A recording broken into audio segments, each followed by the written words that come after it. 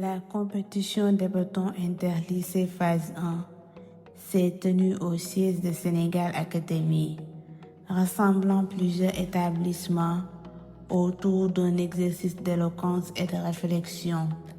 À travers cette initiative, M. Abdourahmane Sarr présente la vision et les missions de Sénégal Academy. Alors, Sénégal Academy, comme vous le savez, c'est un centre de compétences qui promeut les études scientifiques, le numérique, l'éducation, l'entrepreneuriat, tout ce qui peut permettre à un jeune d'avancer, de s'améliorer.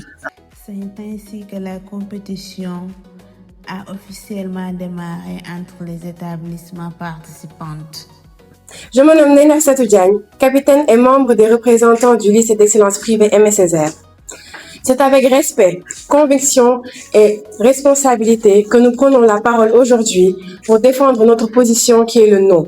Sur le sujet, à savoir, je cite, « Doit-on totalement interdire l'utilisation du téléphone portable à l'école ?» Fin de citation. Le sujet qui nous rassemble tous aujourd'hui touche au cœur même de l'éducation, de la liberté et de l'avenir de la jeunesse. Nous démontrerons que le téléphone peut être un outil pédagogique très puissant, que son interdiction serait excessive et que l'éducation à son usage responsable serait la véritable solution. Je vous remercie.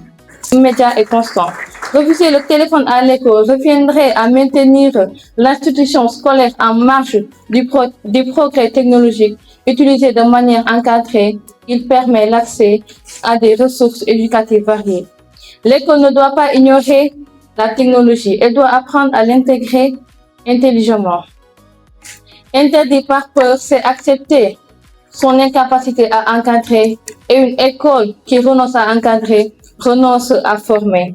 L'interdiction totale ne supprime pas l'usage du téléphone, elle le rend clandestin. Ce qui est interdit devient caché et ce qui est caché échappe au contrôle. Alors, cher public, puisque nos contradicteurs ne sont pas là, si l'école ne fait pas confiance aux élèves pour utiliser le téléphone de manière encadrée, comment peut-il faire confiance pour diriger le monde, diriger une entreprise, voter ou même gouverner? Interdit totalement, c'est douter d'une génération encadrée, c'est de croire en elle. Et l'histoire a toujours donné raison à ceux qui ont choisi de croire, et nous choisissons de croire. Interdire le téléphone serait une solution radicale à un problème qui exige plutôt réflexion et encadrement. En tant qu'institution formatrice, l'école n'a pas le droit de fuir les réalités, mais apprendre aux élèves à les surmonter avec responsabilité et vision. L'école ne doit pas créer une rupture artificielle entre la société et l'éducation, mais doit apprendre aux élèves à évoluer dans la société. Honorables membres du jury, l'école n'a pas la vocation de soustraire une privation de faire une privation systématique des élèves, mais pour leur apprendre à y évoluer. Éduquer, ce n'est pas soustraire les élèves du monde, c'est leur donner les moyens d'y évoluer avec responsabilité et engagement. Je vous remercie. Chaque équipe a défendu sa position avec conviction en appuyant sur des exemples concrets et des analyses pertinentes. Le second débat a réuni le lycée Ndiaoudoune et le lycée Marif autour d'un thème tout aussi actuel. Le numérique facilite l'entrepreneuriat chez les jeunes. À travers leurs interventions, les candidats ont mis en lumière les opportunités offertes par le digital, mais aussi les limites et les défis liés à son utilisation. Permettez-moi avant toute chose d'exprimer ma profonde gratitude à Sénégal Academy pour l'opportunité qu'il nous offre de participer à cette prestigieuse compétition. Je me nomme Louis-Michel Xavier Thior, élève en classe de seconde et fier représentant du lycée de Ndiaoudoune en ce jour mémorable. Cependant, puisque Blaise Pascal affirmait que le moi est haïssable, je vais délaisser toute considération personnelle et me consacrer pleinement au sujet qui nous réunit aujourd'hui. Le numérique facilite-t-il l'entrepreneuriat chez les jeunes? Chers membres du jury, chers contradicteurs, chers coéquipiers, chers publics. Cette question s'inscrit dans un contexte où les États prennent de plus en plus conscience du rôle stratégique du numérique dans le développement économique. Au Sénégal, par exemple, l'État a lancé en 2025 le programme New Deal technologique avec un investissement de plus de 1105 milliards de francs CFA dans l'ambition de faire du Sénégal un hub numérique et de créer, à l'horizon 2035, et de créer des milliers d'emplois pour les jeunes. Avant d'aller plus loin, il convient de clarifier les concepts clés de notre sujet dans les argumentations à venir. Le numérique est défini par l'Organisation de coopération et de développement économique, OCDE, comme l'ensemble des technologies électroniques, informatiques et de communication qui permettent de collecter, traiter et échanger des données à grande échelle. Et l'entrepreneuriat est, selon Howard Stevenson, professeur à la Harvard School Business, la poursuite d'une opportunité au-delà des ressources que l'on contrôle actuellement. Autrement dit, l'entrepreneur est celui qui se donne la capacité à transformer une idée en projet concret. Nous serions la génération de la barrière tombée, celle où le garage de Steve Jobs est devenu une application de poche. On nous dépeint un monde où le numérique a brisé les chaînes de l'ancien temps pour offrir les clés d'un empire bâti sur l'entrepreneuriat de la jeunesse. C'est l'audace sans permission. On nous chante les louanges du numérique, le grand égalisateur, le moteur des rêves de jeunesse. À entendre le monde, entreprendre n'a jamais été aussi fluide, aussi léger, aussi instinctif, aussi facile. C'est maintenant une promesse de liberté absolue. Un chant qui nous dit cliquez, le monde est à vous. L'entrepreneuriat d'abord. Est-ce l'agitation du clic ou la signature d'un contrat? La réponse évidente est non. Elle dépasse ce cadre restreint. L'entrepreneuriat n'est pas l'acte éphémère de vendre un produit. C'est plutôt l'art de bâtir une structure viable, pérenne, autonome. C'est la maîtrise d'un marché, la gestion d'un risque réel. Il y a un proverbe français qui dit « Le bon charretier commence par soi-même ». Au lieu de prendre d'autres exemples dans d'autres pays, prenons notre exemple, notre pays, le Sénégal.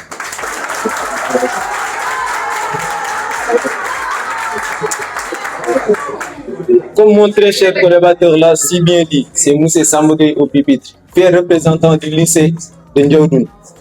Donnez-moi l'opportunité de vous démontrer que le numérique facilite l'entrepreneuriat chez les jeunes. En argumentant sur l'impact positif du numérique dans le domaine agricole.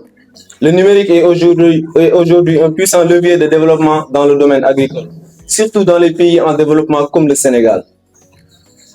Grâce aux technologies numériques, applications mobiles, capteurs, GPS, drones, les jeunes entrepreneurs peuvent connaître la météo en temps réel, mieux gérer l'irrigation, utiliser les intrants, semences, engrais de façon plus efficace. Cela permet d'augmenter les rendements et de réduire les pertes. Avec l'Internet, les jeunes entrepreneurs ont accès à des informations techniques, des conseils techniques en ligne, des informations sur les nouvelles techniques agricoles.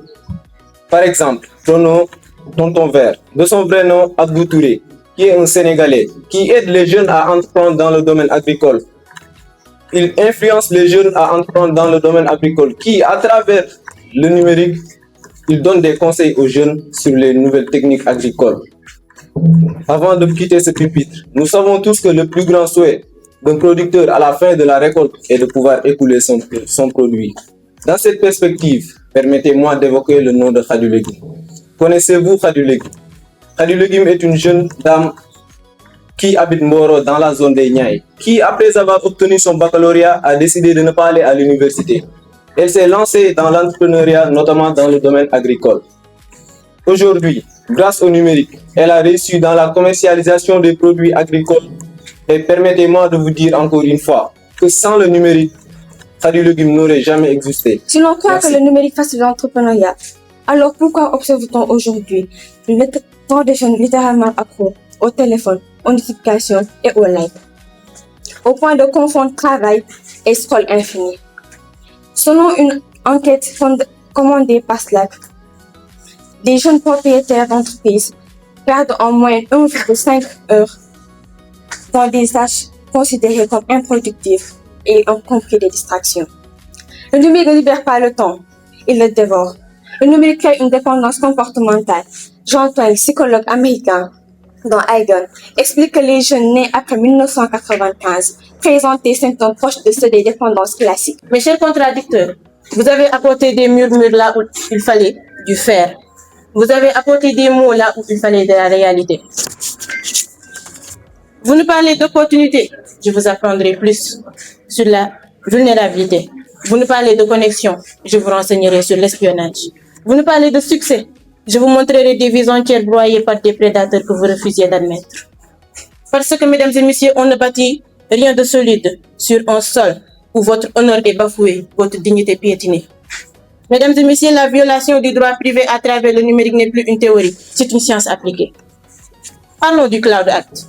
Sous ce nom barbare se cache une réalité brutale, la fin de la souveraineté.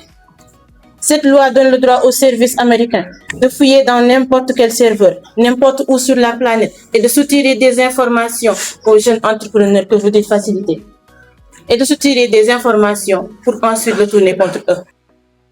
Face à un jury attentif, les participants ont démontré leur capacité à organiser leurs idées, à gérer leur temps de parole et à répondre avec assurance aux arguments opposés. Après des arguments solides et des confrontations d'idées intenses, les jurys s'est retirés pour délibérer. En attendant la délibération du jury, les échanges se sont poursuivis dans une atmosphère dynamique et engagée.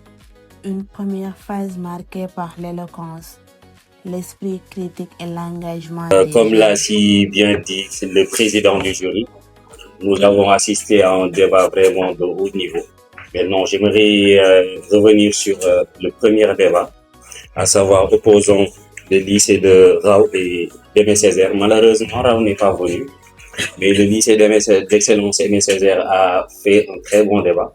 Maintenant, par rapport au sujet, faut-il interdire totalement les téléphones portables dans le milieu scolaire? Je pense que c'est ça qui a été le sujet. Et le lycée d'excellence Aimé Césaire a répondu par la négation. Maintenant, il y a des points à ajouter. Moi, je suis resté sur ma faim parce que ils ont seulement brossé, ils ont caressé au sens du poil seulement le sujet. Ils ne sont pas entrés en profondeur. Donc, j'aimerais bien voir si le lycée de Rao était là, comment il ou elle allait se comporter, comment elle allait se défendre. Parce que vraiment, ce sujet-là mérite une réflexion. C'est-à-dire que quand on parle donc d'un débat, il y a la forme, la sémantique donc du débat. D'abord, on vous a parlé donc de faire ce qu'on appelle l'élucidation des termes du sujet. Ça, vous l'avez manqué. Vous avez manqué de le faire. Et ceci, donc, on ne l'a pas senti. L'autre chose aussi dans le même sujet, c'est le téléphone portable. Hein. La décision, elle est tombée comme ça. On nous a pas consulté pour savoir si on voulait ou pas. Mais c'est juste que c'est à l'issue donc des conséquences que le téléphone portable a dans les établissements qu'on l'a interdit. Et sachant aussi que tout n'a pas été dit. Donc avant tout, je vais d'abord décliner le meilleur débatteur aujourd'hui. Le meilleur débatteur.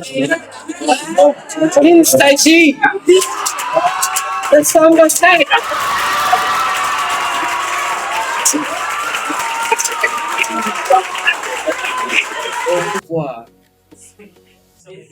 qui m'ont été reconnus aujourd'hui en qualité de président des membres du jury, je déclare le lycée Yaoundé.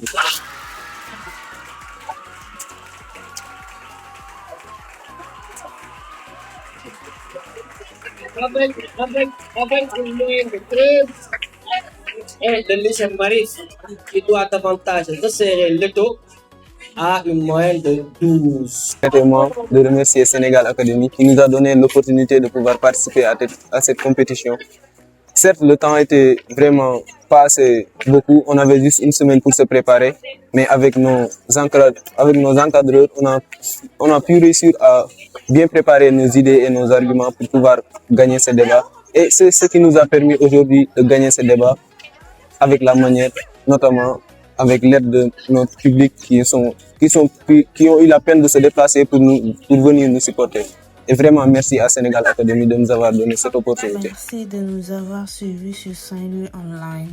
Et n'oubliez pas de vous abonner et de partager.